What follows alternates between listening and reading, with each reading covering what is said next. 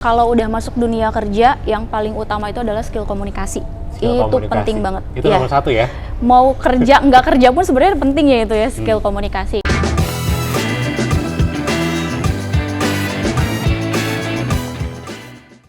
Halo Sobat Prakerja, balik lagi di Podcast Jadi Bisa, sebuah podcast dari program Kartu Prakerja, program peningkatan kompetensi Angkatan Kerja Indonesia dari pemerintah Indonesia dalam bentuk pelatihan. Nah, hari ini kita ada di satu tempat di mana teman-teman alumni Kartu Prakerja lagi ngumpul, beberapa alumni gitu ya. Dan aku hari ini nyulik sedikit satu alumni kita dari Jakarta ya. Ada Mbak Amel di sini. Nanti kita kenalan lebih jauh sama Mbak Amel. Mbak Amel ini adalah alumni program Kartu Prakerja dari gelombang 3. Udah cukup lama, dari 2020 berarti di gelombang-gelombang awal. Dan kita bakal ngobrol lebih banyak soal Mbak Amel gitu ya, selama beberapa menit ke depan. Hopefully teman-teman bisa dapat insight yang menarik nih dari perjalanan Mbak Amel dengan Kartu Prakerja. Nah, sebelum kita ngomongin Kartu Prakerja Mbak Amel, boleh dong perkenalan diri dulu nih sama teman-teman Sobat Prakerja. Oke, nama saya Amelia Harmelianti, saya alumni Prakerja gelombang ketiga, asal saya dari Jakarta Barat. Asalnya dari Jakarta Barat.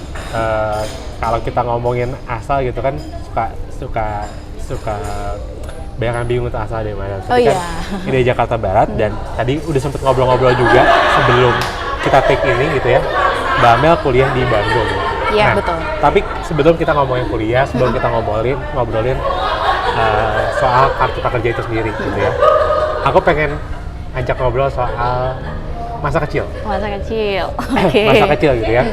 Karena kan kalau kita ngomongin masa kecil pasti ada hubungannya nih sama apa sih yang kita ambil, apa sih jalan hidup yang kita ambil di masa depannya, di masa sekarang. Di masa sekarang. Ketika kita udah dewasa lah ibaratnya gitu ya.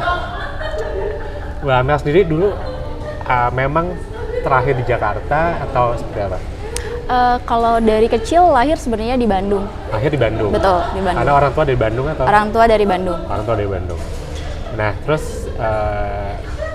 umur berapa pindah ke Jakarta atau dari awal di Jakarta? Umur dari sebenarnya dari tahun 2007 itu keluarga udah mulai pulang pergi Jakarta Bandung karena kebetulan kakak itu sudah kerja di Jakarta. Ya kerja di Jakarta kemudian akhirnya pindahlah ke Jakarta. Jadi kadang kita keluarga pun juga suka ikut ke Jakarta juga, kadang ke Bandung, ke Jakarta, ke Bandung. Jadi dari awal emang di Bandung terus kemudian pindah ke Jakarta. Iya. Terus menetapnya nih kalau menetap di Jakartanya itu setelah kerja di 2014 2015.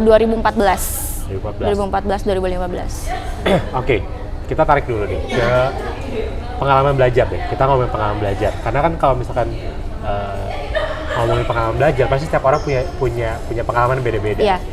Itu juga mempengaruhi tumbuh kembang gitu. Dulu kalau misalkan di keluarga nih Mbak Amel, ada nggak sih tantangan dalam belajar? Atau ada nggak sih budaya belajar yang kayaknya nempel banget nih sama keluarga yang Mbak Amel? Cara belajar ya? Kalau ditanyain cara belajar, sebenarnya semua anak kecil tuh nggak suka belajar ya. Nggak suka belajar. Apapun pasti nggak suka lah gitu kalau disuruh belajar. Sama, saya pun juga gitu. Waktu kecil kalau disuruh belajar tuh kayak satu hal tantangan banget nih buat orang tua. Jadi satu hal yang susah banget gitu untuk belajar. Nah kebetulan di keluarga saya itu tipenya memang suka belajar itu menggunakan hitungan. Jadi hitungan itu tidak misalnya 1, 2, 3 enggak. Jadi misalnya pakai barang. Misalnya anaknya sukanya coklat. Nih kita liatin coklatnya. Ini ada berapa? 1, 2, 3. Jadi mau berhitung awalnya dari situ. Jadi orang tua tuh sudah membiasakan belajar kalau misalnya anaknya nggak mau, carilah hal yang anaknya suka. Baru dihubungkanlah sama si pelajarannya itu gitu. Jadi emang dibuat ini ya, pelajaran jadi lebih menyenangkan gitu ya. Playing and learning kali ya jadinya gitu.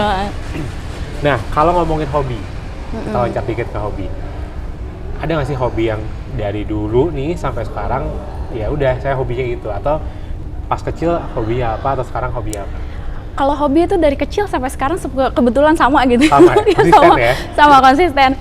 Dan itu jadi berhubungan juga dengan pekerjaan. kebetulan si hobi ini. Kebetulan saya tuh suka nulis sama suka nonton. Dari kecil udah seperti itu. Dua hal, nulis Dari dan nonton. SD, ya dari SD tuh udah mulai coba nulis cerpen, udah mulai suka nonton. Biasanya nanti dari nonton tuh tiba-tiba terinspirasi buat nulis. Udah coba-coba juga nih untuk apply tulisan di beberapa majalah juga dari si cerpen itu. Jadi hobinya kebetulan konsisten sampai sekarang. Konsisten gitu ya, sampai akhirnya SMP, SMA, SMP, SMA, kuliah, dan SMA bekerja. ambil jurusan apa tuh?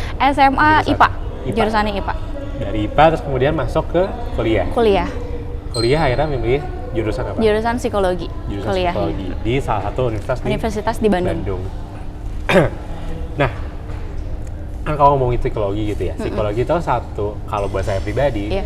saya juga dulu tertarik nih sama bidang psikologi, karena buat saya seru gitu ngobrol sama orang, walaupun dulu saya introvert mentok, Oh, oke. yang sangat malu yang Iya, kalau iya. ngomong sama orang tuh suka gemeteran, tapi justru punya ketertarikan di bidang psikologi, karena ngelihat spektrum Iya. di dalam manusia tuh kayak Manusia, menarik iya. gitu ya.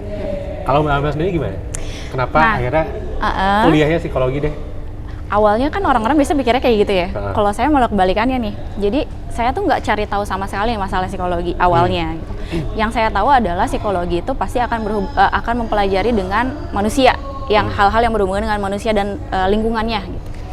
Jadi saya kebetulan memang orangnya suka ngobrol sama orang, suka melakukan kegiatan sosial dengan orang banyak gitu, berada di lingkungan banyak orang gitu.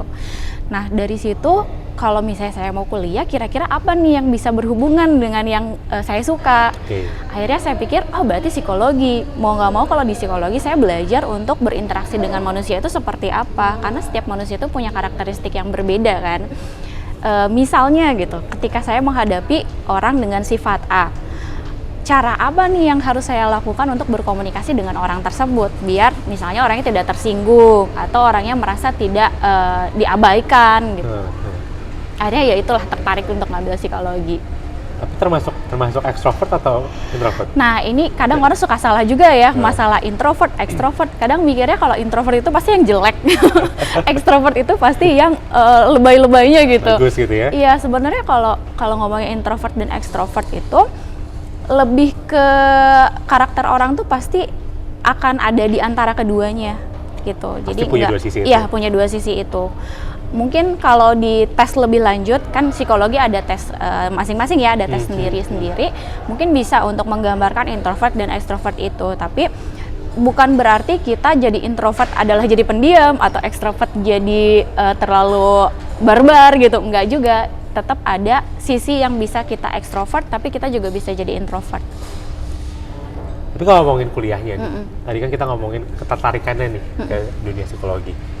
Di kuliah tuh sebetulnya ada tantangannya nggak sih ketika kita belajar psikologi? Wah, dibilang tantangan pasti ya. Apa aja tuh tantangannya? Banyak tantangannya Susah kalau ya, untuk karena kan kuliah psikologi. Karena manusia kan kompleks gitu ya. Iya, kompleks banget. Makhluk hidup yang kompleks yang tadi tipenya beda-beda. Kalau misalkan teman-teman suka lihat kayak INFP segala macam Iya, itu kan betul. ada berbagai macam assessment lah yang ada sekarang di dunia gitu kan. Kalau saya sendiri ngebayanginnya ribet gitu. Kalau yang mengalami sendiri ini gimana? Betul. Jadi pas kuliah pun ya, kan kita ada praktikumnya juga ya. Praktikum pun kita objeknya memang langsung manusia. Jadi kita ngambil data dari orang tersebut, mulai dari anak-anak, remaja, dewasa, orang tua, semua ada dengan berbagai profesi tertentu juga ada gitu. Jadi kita tahu, kita belajar dari awal. Kita nggak boleh judgement juga, jadi benar-benar apa yang kita lihat dari si orang tersebut. Oke. Jadi mulai dari interview, mulai dari status present itu yang terlihat secara fisik, jadi dilihat juga kan tingkah lakunya seperti apa. Kemudian kalau misalnya menggunakan alat tes, jadi kita lihat juga selama dia mengerjakan tes itu seperti apa, hasil tesnya seperti apa gitu. Jadi kita nggak boleh judgement di awal. Kadang kan orang suka gitu ya, kalau ketemu langsung, nih orang kayak gini nih gitu ya, udah langsung gitu duluan. Gini nih kebaca gitu ya. Padahal sebenarnya enggak. Kita tuh bisa melihat karena sudah terbiasa kan. Misalnya kalau orang gugup, tangannya gemeteran, oh dia lagi gugup nih kayaknya. Terus ngomongnya pun juga sepertinya dia kayak lagi mikir ini gimana ya gitu. Itu kan jadi bukan cenayang ya, kita bukan cenayang, tapi kita sudah terbiasa melihat karakter orang untuk situasi tertentu. Ada hint-hintnya gitu lah ya. Iya, betul. Oke, nah ambil kuliah psikologi gitu kan. Terus kemudian cita-cita sebetulnya jadi apa sih dulu? Kalau cita-cita tuh sebenarnya pengen jadi sutradara awalnya. Pengen jadi sutradara? Iya. Agak ini ya, agak jauh ya, jauh banget gitu sama kuliah. Kenapa pengen jadi sutradara? Karena itu awalnya tadi saya suka nulis, suka film, suka nonton gitu. Jadi dulu mikirnya kalau jadi sutradara saya bisa bikin cerita sendiri, bisa bikin film sendiri, bisa bikin satu karya yang bisa dinikmati oleh orang lain. Tapi ternyata jalannya nggak ke sana. Jalannya nggak ke sana karena kuliahnya pun psikologi gitu ya. ya. Kuliahnya pun juga psikologi. Nah, akhirnya memilih jadi jurusan yang berhubungan dengan psikologi. Apa sebagai tuh? HR. Sebagai HR. HR ini kan satu profesi yang memang identik sama jurusan psikologi. Kenapa akhirnya memilih jalan lurus? Ibaratnya gitu kan, jalan lurus. Kalau saya hubungan internasional tapi jadi tim komunikasi nih, gitu kan. Tapi kalau Mbak Amel kan dari psikologi terus kemudian emang lanjutin ke HR. Apa yang menarik dari HR dan kenapa akhirnya ngambil itu? Jadi ngambil HR ya, karena biasa awal pertama baru lulus kuliah kan mikirnya kalau langsung alih jalur kayaknya juga kan nggak tahu ya, belum ada ilmunya sama sekali, belum ada pengalamannya sekali. Jadi ngikutin jalur dulu, keluar lulus dari psikologi, kemudian melamar pekerjaan ke perusahaan, ternyata diterima jadi HR. Oh, ternyata pekerjaan HR tuh seperti ini. Kalau dibilang berhubungan sama jurusan tuh nggak semua juga sih. Ada banyak pelajaran yang kita terima juga ketika kita sudah bekerja. Jadi yang nggak diajarkan selama di kuliah itu nggak ada juga yang seperti itu gitu. Jadi setelah udah di tempat kerja, udah tahu oh pekerjaannya seperti ini, akan menghadapi orang seperti ini. Jadi udah ada gambaran. Oh ya udah, berarti pekerjaan ini memang cocok untuk saya gitu awalnya.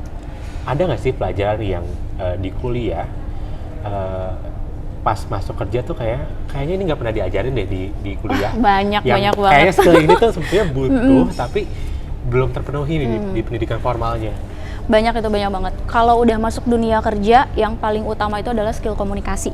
Itu penting banget. Itu nomor satu ya? Mau kerja, nggak kerja pun sebenarnya penting ya itu ya, skill komunikasi. Karena apalagi di dunia kerja nih, di dunia kerja itu kan kita berhadapan dengan banyak. Ada atasan, ada bawahan, ada peers, teman satu level. Ya, satu level gitu kan. Kalau ngomong sama atasan, kita pakai bahasa yang terlalu santai nggak mungkin kan. Cara untuk menjelaskan dengan santai kan nggak mungkin dengan atasan. Kalau kita ngomong sama bawahan dengan bahasa yang terlalu formal dan terlalu teoritis juga nggak mungkin. Mungkin dia nggak ngerti kan. Jadi serba salah. Jadi skill komunikasi itu penting banget. Belum lagi kalau kita untuk presentasi. Apalagi HR. HR kan berhubungan dengan karyawan. Yang dihadapi bukan 1-2 orang, semua dalam satu perusahaan itu lingkupnya adalah di HR. Jadi skill komunikasi itu penting banget sih. Dan skill komunikasi itu jadi salah satu skill juga teman-teman yang sebetulnya masuk ada skill 4C gitu. Kalau misalkan di masa sekarang nih ada skill 4C yang kalau teman-teman nanti coba Google sendiri deh 4C itu apa aja. Saya kebetulan agak lupa. Tapi 4C ini tuh jadi skill yang memang penting untuk di dunia kerja. Nanti coba dikulik-kulik. Nah, kalau tadi kan kita ngomongin udah masuk ke HR. Udah masuk ke HR, terus itu kan berarti dari awal, dari pekerjaan pertama udah di HR? Iya, pekerjaan udah di HR. Susah nggak sih dapet pekerjaan pertama ya? Dibilang susah sih sebenarnya. Karena saingannya banyak, peluangnya sedikit di HR tuh. Sedikitnya kenapa? Satu perusahaan kan biasanya hanya butuh HR 1 atau 2 orang kan. Jadi sedangkan lulusan yang pengen kerja sebagai HR banyak. Jadi saingannya pun juga lebih banyak. Kalau kita nggak punya skill yang bisa melebihi orang lain, itu kayaknya agak susah sih karena nggak akan kelirik. Pasti perusahaan pun juga akan mikir, saya meng-hire kamu, tapi skill yang kamu punya pas-pasan. Sedangkan yang satunya lagi punya skill lebih banyak, ya saya lebih baik meng-hire dia kan daripada kamu gitu. Apalagi waktu itu sebagai fresh graduate gitu ya? Iya, fresh graduate kan belum ada pengalaman sama sekali ya. Nah, gimana tuh menjual dirinya ketika di kesempatan pekerjaan pertama tuh, gimana supaya bisa dilirik sama HR tempat bekerjanya? Kebetulan kalau di HR yang pekerjaan pertama kali itu, saya sudah ada pengalaman sebelumnya, sudah pernah jadi asisten dosen juga, terus juga ada beberapa magang juga. Jadi mungkin mereka melihat, oh anak ini sudah ada sedikit pengalaman sebelumnya aktif yang berhubungan, terus aktif di komunitas juga. Itu kan sebenarnya nambahin skill juga nih. Kita bisa berkomunikasi dengan orang. Terus di komunitas pun juga yang dilakukan itu apa? Itu biasanya kan berhubungan juga dengan pekerjaan. Gitu. Jadi mungkin itu yang jadi nilai plusnya. Itu yang jadi nilai plusnya. Oke. Nah, di HR berarti berapa tahun? Kalau dari pertama masuk sampai sekarang lebih dari 5 tahun sih. Lebih dari 5 tahun. Tapi aku sempat udah cerita juga tadi kan, kita sempat ngobrol sebelum kita mulai podcast ini. Ada satu titik yang akhirnya bikin jadi kesempatan untuk evaluasi diri kali ya. Di masa pandemi kemarin, 2020 gitu ya. Apa sih yang terjadi di 2020? Nah ini di 2020 sebelumnya kan pekerjaan utama sebagai HR ya. Dan cuman itu satu-satunya pekerjaan saya saat itu. Kemudian waktu itu saya juga kerja di event organizer kebetulan di tahun itu. Tiba-tiba masuklah pandemi ke Indonesia, kemudian pemerintah mengeluarkan perintah ya kalau misalnya per tanggal 1 Maret 2020 semua kegiatan itu dihentikan. Kegiatan apapun yang ada di luar gitu, di luar ruangan ataupun juga berkumpul secara massal itu benar-benar dihentikan. Mau nggak mau dirumahkan. Semua karyawan dirumahkan. Lalu tidak ada pekerjaan sama sekali dan tidak ada pemasukan. Tidak ada kerjaan, tidak ada pemasukan. Apa yang kemudian akhirnya kemudian kan di tahun itu berarti ketemu sama kartu prakerja atau gimana? Betul, ya di tahun itu ketemu prakerja. Ketemu sama kartu prakerja karena itu masih gelombang awal ya. Tadi bulan Maret. Ikut tadi gelombang kedua berarti itu masih awal banget. Apa yang akhirnya menggerakkan untuk daftar kartu prakerja? Nah, ketika di situasi itu ya udah nggak ada pekerjaan, nggak ada penghasilan gitu, terus ini harus apa ya gitu, harus cari kerja kemana, dan semua pun kebanyakan pada di layoff kan saat itu, banyak yang diberhentikan dan tidak ada yang membuka lowongan baru. Terus dapat berita tentang kartu prakerja, kalau kartu prakerja bisa dapat pelatihan, dapat skill baru. Dari situ saya jadi kepikiran, kenapa saya nggak coba aja nih? Mungkin saya bisa belajar hal baru untuk mendapatkan pekerjaan di tempat yang baru. Dan saat itu kan kondisi pandemi, berarti saya harus cari satu skill yang dibutuhkan nih. Kalaupun misalnya lagi pandemi, tapi tetap ada nih skill ini masih dibutuhin di situasi itu. Gitu. Skill yang anti pandemi. Yang mendukung lah ya gitu ya. Yang bisa mendukung, yang nggak berpengaruh gitu dengan si pandemi ini. Akhirnya coba untuk daftar kartu prakerja, di gelombang pertama belum lolos, di gelombang kedua nyoba lagi belum lolos, masih penasaran dong, akhirnya coba lagi di gelombang ketiga, ternyata alhamdulillah keterima. Dan akhirnya ambil berapa pelatihan? Ngambil 4 pelatihan. Apa aja tuh? Bahasa Mandarin, terus komunikasi untuk menunjang pekerjaan, jadi kayak public speaking mungkin ya, berhubungan dengan public speaking, terus copywriting, sama yang terakhir IELTS. Pilihannya cukup unik teman-teman. Bahasa Mandarin, IELTS, copywriting, terus ada public speaking. Ya. Kalau public speaking aku nggak heran karena tadi di awal kita udah ngobrolin soal komunikasi itu memang penting gitu kan. Terus kemudian bahasa Mandarin mungkin itu jadi salah satu bahasa yang memang sekarang juga dibutuhin. Salah satu saingannya bahasa Inggris lah gitu kan. Betul. Dan tadi yang terakhir adalah ambil copywriting dan juga IELTS. IELTS mungkin juga bisa jadi pendukung untuk pekerjaan gitu ya. Iya, betul. Tapi yang menarik itu adalah skill copywriting.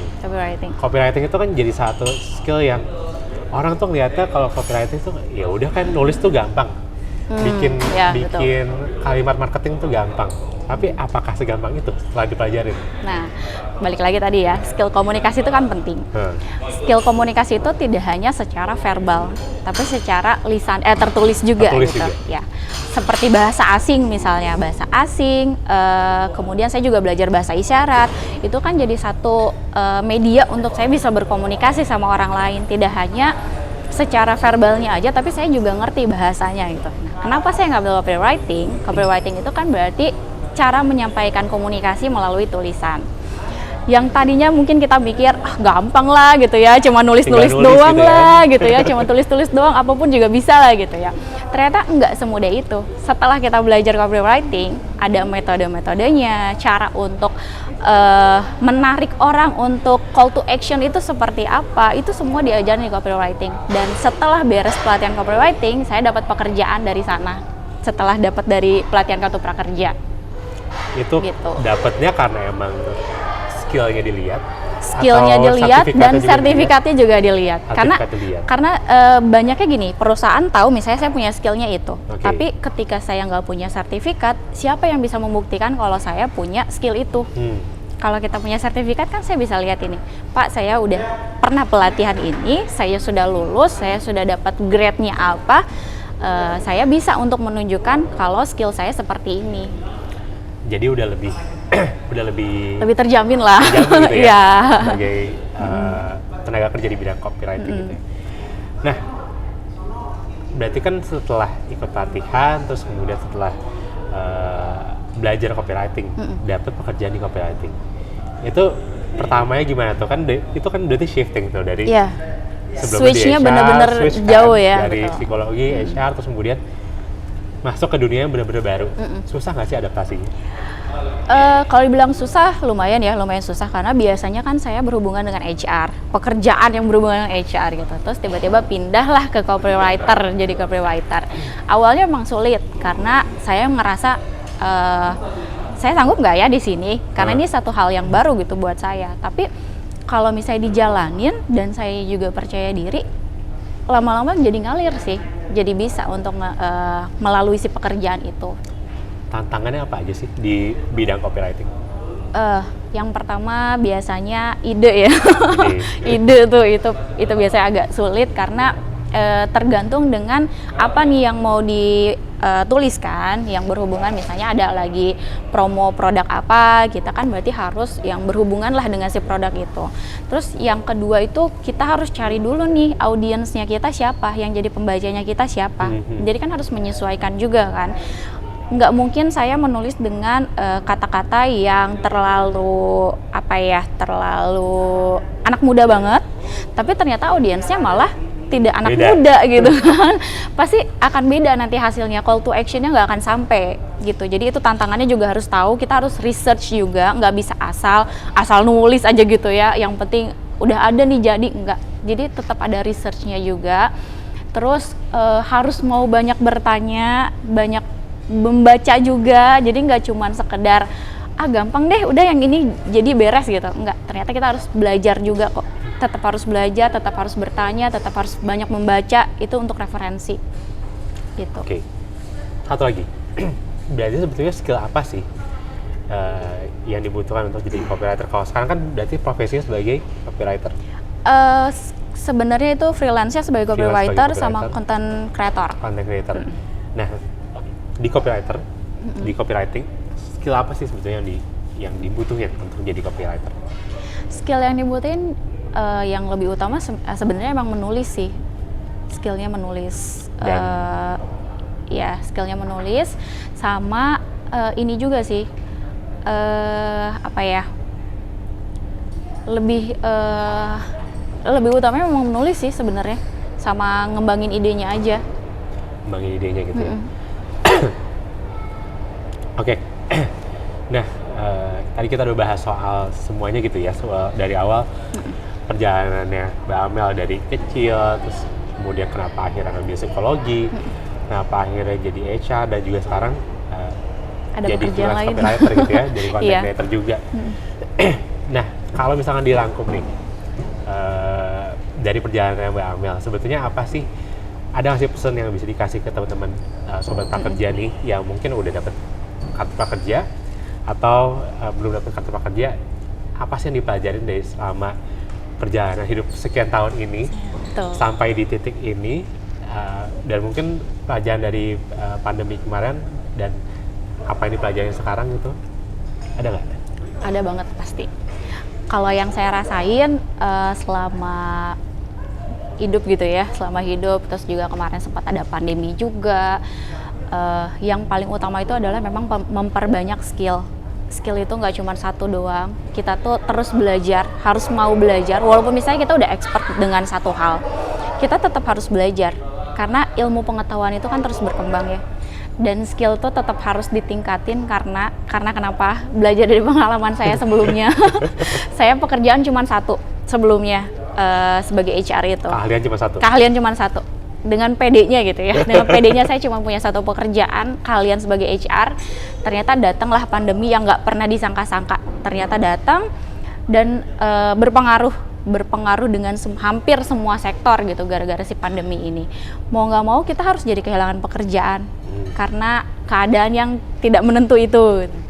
Ketika kita cuma punya satu skill, kita nggak berkembang, kita nggak punya permasukan sama sekali, kita kehilangan pekerjaan juga. Tapi ketika kita punya skill lain, punya banyak skill, kita mau belajar, kita punya kesempatan untuk dapat pekerjaan lain. Jadi tidak hanya mengandalkan satu aja, karena yang namanya hidup kan pasti terus belajar ya, berkembang terus dan berkembang gitu. Jadi jangan mau puas dengan satu skill aja sih. Jadi sebetulnya kalau misalkan dirangkum obrolan kita di podcast Jadi Bisa kali ini, sebetulnya skill itu butuh banyak. Penting banget skill itu. Penting banget punya skill banyak supaya tadi kali ya, maksudnya kayak kalau ketika di pandemi gitu ya, cuma punya satu skill, terus kemudian kena PHK gitu. Iya. Akhirnya tenggelam gitu. Iya. Tapi kalau misalnya kita nggak bisa punya ngapa-ngapain jadinya. Banyak skill, ibaratnya kita punya banyak pelampung yang bisa kita pegang gitu ya. Iya. Kalau dulu tuh saya ingat banget sama kata-katanya Bu Deni.